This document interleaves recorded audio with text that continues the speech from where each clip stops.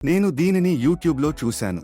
అందులో వారు ఈ అభిమన్ మరియు FL77 గురించి ప్రస్తావించారు. అది చూసిన తర్వాత నేను వేరు అభివృద్ధికి అభిమాన్ను వాడాను. నేను FL77ను ట్యాంకుకు 200 మిల్లీలీటర్ల చొప్పున కలిపి పై కొమ్మల మీద పిచికారీగా ఉపయోగించాను. దీనివల్ల కాయలకు మంచి రంగు, మంచి పూత వచ్చాయి. ఇది వాడిన తర్వాత పంటలు చాలా బాగున్నాయి. నేను దీనిని అరటికి ఇచ్చినప్పుడు అరటి కాండం పెరుగుదల చాలా ప్రోత్సాహకరంగా ఉంది. మొక్కల పెరుగుదల కూడా బాగుంది మరియు వేరు పెరుగుదల కూడా ప్రోత్సహించబడింది. నేను దీనిని వాడటం మొదలుపెట్టి 2 నెలలు అయ్యింది. ఈ 2 నెలల్లో నేను పెసర పంటను 2 సార్లు కోశాను. నేను నాటిన పెసర రకం తేజ. ఈ రకంలో నేను 2 కోతలలో 200 కిలోల వరకు పంటను కోశాను. నా పేరు కృష్ణమూర్తి. నేను తిరుపూర్ జిల్లాలో నివసిస్తున్నాను. నేను సుమారు 20 సంవత్సరాలుగా వ్యవసాయం చేస్తున్నాను.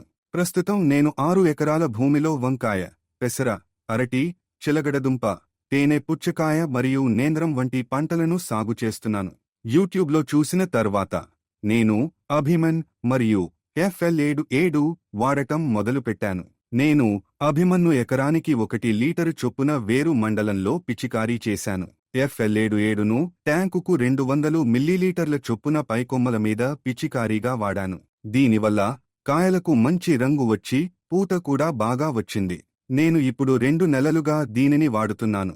ఈ కాలంలో నేను పెసర పంటను 2 సార్లు కోశాను. తేజ రకం పెసర మంచి ఆకుపచ్చ రంగుతో, మంచి నాణ్యతతో లభిస్తుంది. ఈ మందులను 2 సార్లు వాడిన తర్వాత మొక్కలు బాగా పెరుగుతున్నాయి. పెసర పంట ప్రస్తుతం కోత దశలో ఉంది. నేను ఇప్పటికే ఒకసారి కోశాను. కాయలు మంచి రంగు మరియు నాణ్యతతో ఉన్నాయి. ఇప్పుడు 12 నెలలు అయ్యింది. నేను అభిమాన్ మందును 3 సార్లు వాడాను. FL77ను పైన స్ప్రేగా వాడిన తర్వాత లభించిన కాయలు మంచి రంగు, మంచి బరువు మరియు మంచి నాణ్యతతో ఉంటాయి.